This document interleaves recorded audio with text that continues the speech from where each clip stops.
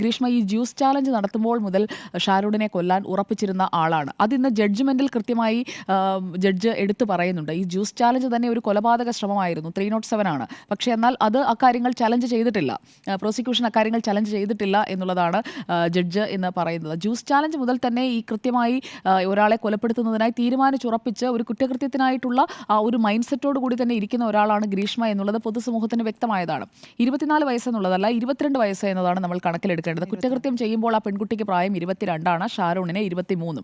രണ്ടുപേരുടെയും ഒരു വയസ്സിന്റെ വ്യത്യാസം മാത്രമേ ഉള്ളൂ. അപ്പോൾ ഈ കൊലപാതകത്തിന് ഇരയായ വ്യക്തിക്കും ഇതേ റൈറ്റ്സ് ഉണ്ട്, ഇതേ സമൂഹത്തിൽ ജീവിക്കാൻ, തൊഴിലെടുക്കാൻ, മാതാപിതാക്കളെ സംരക്ഷിക്കാൻ, ആഗ്രഹങ്ങൾ സഫലീകരിക്കാൻ എല്ലാം അർഹതയുള്ള ഒരു പൗരനാണ് കൊല്ലപ്പെട്ടത്. രണ്ടുപേരും പ്രായപൂർത്തിയായവരാണ്. അപ്പോൾ ഒരു പൗരനെയാണ് കൊന്നു കളഞ്ഞിരിക്കുന്നത്.